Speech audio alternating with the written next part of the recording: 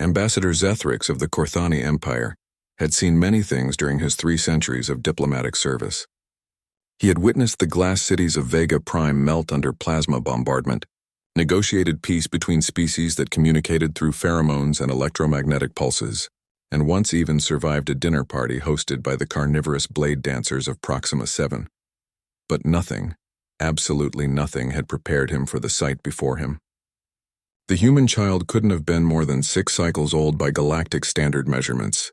She sat cross-legged on the observation deck of the diplomatic vessel Harmony's Edge, completely absorbed in what appeared to be a primitive entertainment device.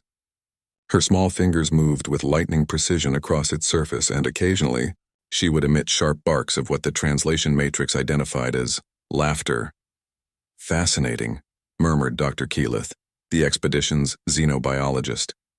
Her 4 eyes tracked the child's movements with scientific interest. The youngling displays remarkable hand-eye coordination for such an underdeveloped species. Zethrix nodded absently, still trying to process the intelligence reports that had brought them here. 3 months ago, the Galactic Council had received their first communication from a previously unknown system on the Outer Rim. The humans, as they called themselves, had somehow developed faster-than-light travel in what amounted to a cosmic eye blink. More disturbing still, they had requested immediate diplomatic contact. The galaxy's apex predators had laughed.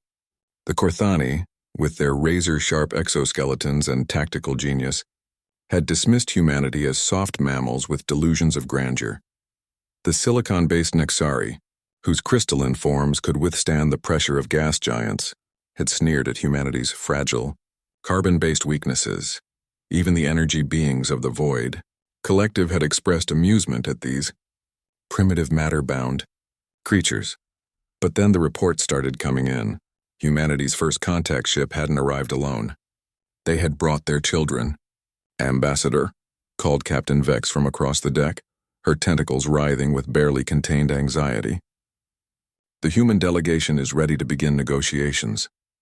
Zethrix straightened his ceremonial robes and approached the conference chamber, but his attention remained fixed on the human child. She had finished with her device and was now staring out the viewport at the massive Korthani dreadnought Worldbreaker that hung menacingly in space nearby, a ship designed to intimidate and cow potential enemies into submission.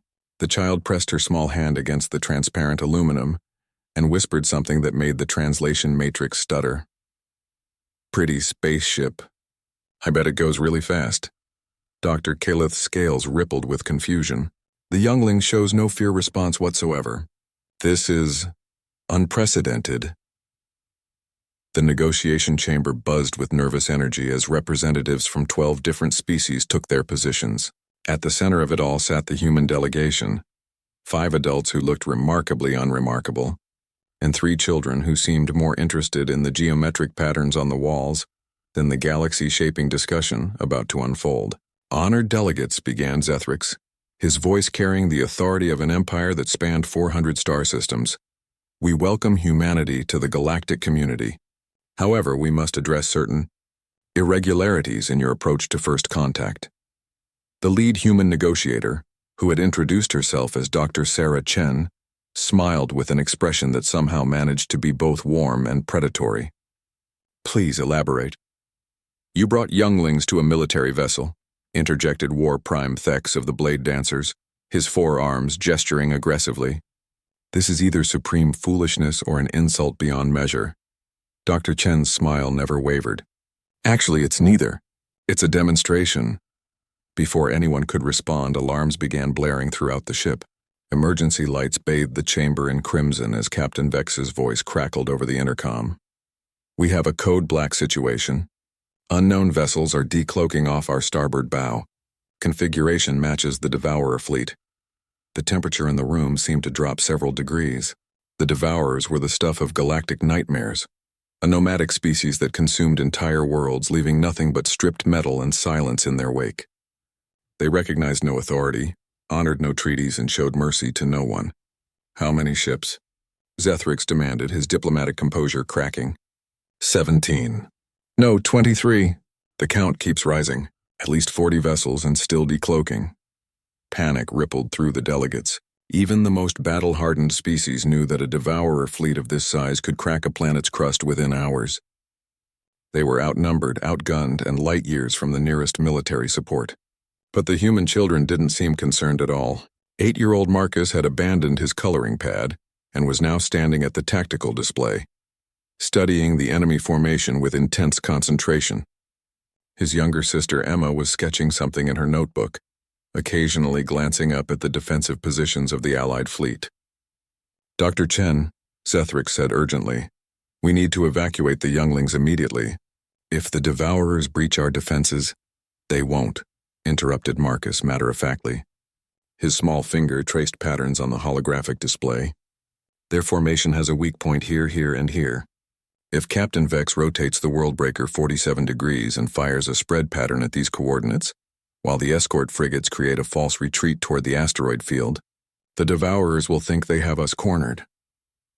The chamber fell silent except for the distant hum of charging weapons systems. "But that would put us directly in their killing field," Captain Vex protested. Emma looked up from her drawing, which, Zethric now realized, was a detailed tactical map of the entire engagement zone. "That's the point.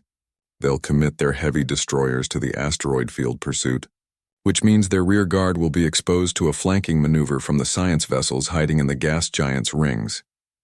Dr. Calith's eyes widened as she processed what she was hearing. "The younglings are—" "They're reading the battle like predators analyzing prey." Dr. Chen nodded calmly. "On Earth we have a saying, it takes a village to raise a child. But we also believe that children see patterns adults miss, because they haven't learned that certain things are supposed to be impossible." War Prime. Thex was studying the children's tactical suggestions with growing amazement. "This strategy, it's brilliant. Utterly insane, but brilliant. Will it work?" Zethric asked. Marcus shrugged with the casual confidence that only children possessed. "Probably. The devourers think like grown-ups, all about showing strength and following rules. But sometimes you have to think like you're playing hide-and-seek to win a war." 3 hours later, the devourer fleet was in full retreat, having lost nearly half their vessels to a battle plan conceived by children who weren't old enough to vote, drive, or even stay up past bedtime on school nights.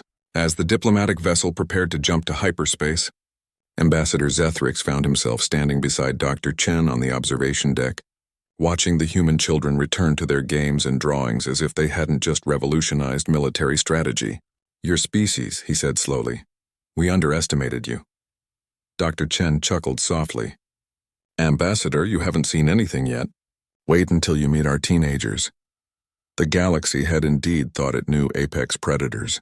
It had measured them by fang and claw, by armor and firepower, by the ability to destroy and dominate. But humanity had taught them a different lesson entirely.